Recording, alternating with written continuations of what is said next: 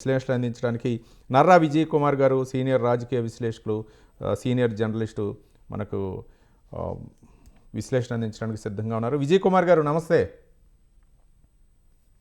విజయ్ కుమార్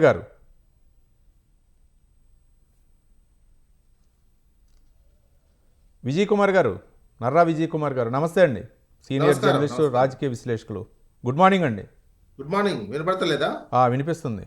ఏంటి ఏపీ విషయానికి వస్తే ఏపీ సోమవారం పోలవరం సందర్శనలో భాగంగా ఏపీ సీఎం చంద్రబాబు నాయుడు పోలవరం ప్రాజెక్టును సందర్శించాడు. 2026 అక్టోబర్కే నీటి నిల్వ ఉంచే విధంగా పూర్తి చేయాలని అధికారులపై ఆదేశాలు జారీ చేశారు. ఏ విధంగా చూడొచ్చు అంటారు? పోలవరం అది ఒక కంటిన్యూషన్ ప్రాసెస్గా నడుస్తుందండి. ఆ పోలవరం వివాదాలు, అనేక రకాల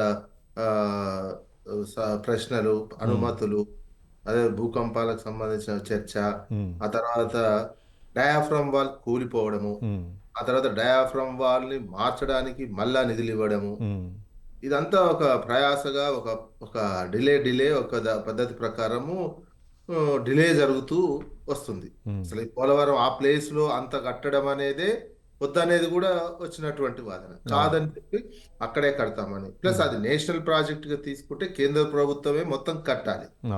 కేంద్ర ప్రభుత్వమే కట్టాలి. కానీ కేంద్ర ప్రభుత్వం నిధులు ఇస్తుంది, రాష్ట్ర ప్రభుత్వమే కడుతుందని అప్పుడు ఫస్ట్ రాష్ట్ర విభజన జరిగినటువంటి సమయంలో చంద్రబాబు నాయుడు తీసుకొని, చంద్రబాబు నాయుడే అప్పుడు ఉన్నటువంటి ప్రభుత్వము కట్టడం ప్రారంభించింది.